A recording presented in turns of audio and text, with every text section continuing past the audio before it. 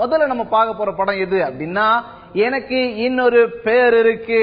எனக்கு இன்னொரு பேர் இருக்கு திரைப்படத்துல நச்சுன்னு முதல் பாயிண்ட் என்ன அப்படின்னா படத்துடைய ஹீரோவான ஜிவி பிரகாஷ் வளர்ந்து வரக்கூடிய ஹீரோவுக்கு இது ஒரு முக்கியமான கட்டம். ஏற்கனவே அவர் நடிச்சிருந்த டார்லிங், த்ரிஷா இல்லனா நயன்தாரா நல்ல பேர் வாங்கி கொடுத்தது. பென்சில் திரைப்படம் லேட்டா வந்ததுனால ஓகே அப்படின்ற மாதிரி இருந்துச்சு. அப்படி இருக்கும்போது இந்த படத்துடைய வெற்றியை பொறுத்துதான் ஜிவி பிரகாஷுடைய அடுத்த கட்டம் எப்படி இருக்கும் அப்படின்றது முடிவாக போகுது. அவர் பாத்தீங்க அப்படின்னா தன்னை ஒரு சூப் பாயா தனுஷ் எந்த வழியில அவர் ப்ரொஜெக்ட் பண்ணிக்கிட்டாரோ அதே மாதிரி தன்னை ப்ரொஜெக்ட் பண்ணிக்கணும் அப்படின்னு நினைக்கிறாரு.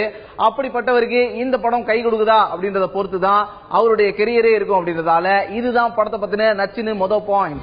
எனக்கு இன்னொரு பேர் இருக்குல்ல நச்சுன்னு இரண்டாவது பாயிண்ட் படத்துடைய இயக்குனரான சாம். ஏற்கனவே டார்லிங் திரைப்படத்துல இவங்க ரெண்டு பேருக்கு இடையிலான கெமிஸ்ட்ரி பயங்கரமா ஒர்க் அவுட் ஆயிருக்கும். தமிழ் சினிமாவுக்குள்ள அழகா வித்தியாசமா சிம்பிளா சொல்ல வந்ததை சூப்பரா சொல்ற ஒரு டைரக்டர் அப்படின்னு பேர் வாங்கியிருக்காரு. அது மட்டும் இல்லாம கலர்ஃபுல்லா படம் எடுக்கக்கூடிய இயக்குனர் அப்படின்ற பேரையும் சாம் வாங்கி இருக்கும் போது சாமும் ஜிவி பிரகாஷும் சேர்ந்து இருக்கக்கூடிய இந்த படம் எப்படி வந்திருக்கு அப்படின்னு பாக்கிறதுக்கு ரசிகர்கள் வெயிட் பண்றாங்க. சோ இந்த படத்தோட நச்சுன்னு இரண்டாவது பாயிண்ட் இதான். படத்துடைய நச்சுன்னு மூணாவது பாயிண்ட் என்ன அப்படின்னா படத்துடைய கலர்ஃபுல். முன்னாடியே சொன்ன மாதிரி சாம் வந்து நல்ல அழகா படம் எடுக்கிறார் அப்படின்றத ரெஜிஸ்டர் பண்ணிட்ட நிலையில ஆனந்திய படத்துக்குள்ள கூட்டிட்டு வந்தது. ஆனந்தி இருக்கும்போது பாத்தீங்க அப்படின்னா அந்த த்ரிஷா இல்லனா நயன்தாரா கெமிஸ்ட்ரி வந்து ஒர்க் அவுட் ஆயிருந்தது.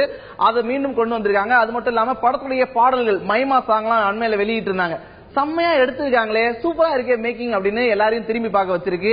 இது படத்துடைய மூணாவது பாயிண்டா பார்க்கப்படுது. மொத்தமா படத்துக்கு அந்த ப்ரொஜெக்ஷன் இருக்கு பாத்தீங்களா, அந்த ப்ரொமோஷன் எல்லாமே வந்து இது வரைக்கும் இருக்கக்கூடியது. இந்த படத்தின் மீதான எதிர்பார்ப்புகளை ஏற்படுத்துறதுக்காக படக்குழு என்னென்ன பண்ணிருக்காங்களோ அது எல்லாமே சக்சஸ்ஃபுல்லா வந்திருக்கு. இது படத்துடைய மூன்றாவது பாயிண்டா பார்க்கப்படுது. இந்த படத்துல இருந்து நச்சு நாலாவது பாயிண்ட் அப்படின்னா படம் ட்ரெண்ட்ல இருக்கு அப்படின்றது டீசர் ட்ரைலர் எல்லாமே சொல்லுது. பார்க்கும் போதே பாத்தீங்க அப்படின்னா விஜய ஓட்டுனதுல ஆரம்பிச்சு பாகுபலி அப்படின்னு ராஜேந்திர வர வரைக்கும் என்னமோ பண்ணிருக்காங்க. இப்ப இருக்கக்கூடிய காமெடி ட்ரெண்டோட செட் ஆயிடும் அப்படின்னும் அதே மாதிரி பாத்தீங்க அப்படின்னா நான் தான் அடுத்த நைனா அப்படின்னு அவர் நிக்கும் போது இதுவும் கண்டிப்பா வந்து இப்ப இருக்கக்கூடிய ஜாலி ட்ரெண்ட்ல வித்தியாசமா ஏதோ சொல்ல வராங்க அப்படின்ற எதிர்பார்ப்புகளை ஏற்படுத்திருக்கு. சோ இப்ப இருக்கக்கூடிய ட்ரெண்ட் இந்த படத்துக்கு கை கொடுக்கும் அப்படின்னு எதிர்பார்க்கறத வச்சு இந்த படத்தை பெரிதும் எதிர்பார்க்கறாங்க. இது படத்துக்கான 4வது பாயிண்ட்.